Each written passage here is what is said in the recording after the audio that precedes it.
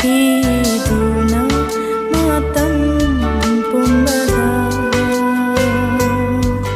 ai khoi pangthok minasi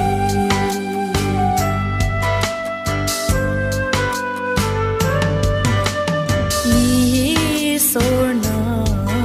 ai khoi bo matam pumna mata ai khoi bo nau kon biba tambiriba matam pumna mata awa nungai bada sarung yamin aduna lagliba ahan singbo ikai khom na biyo nong se biyo ishor na hai makoi singbo nong si rabadi ai bo shu nong si biri hai na ishor na hai bani matam pumbada mahakpu kauroi si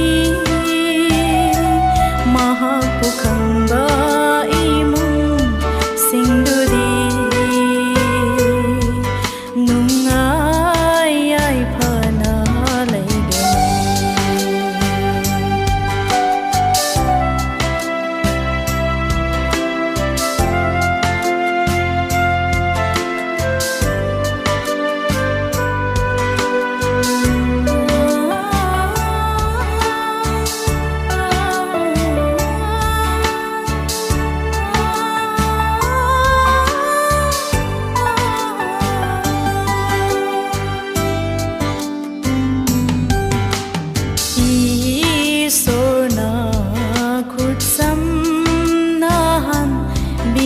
na khoi su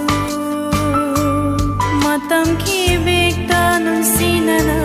lebiu ko mahana singla po nung shi bibagum na amana amabu nung sibagi matata ishor gi ato